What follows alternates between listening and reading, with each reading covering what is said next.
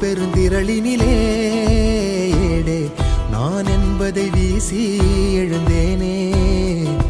மனமே தான் என்பது போகும் பெருங்கணத்தினிலே கூவி வாவென்றொரு வாழ்க்கை சிறு குரலாய் அருளாய் பேச போகாதொரு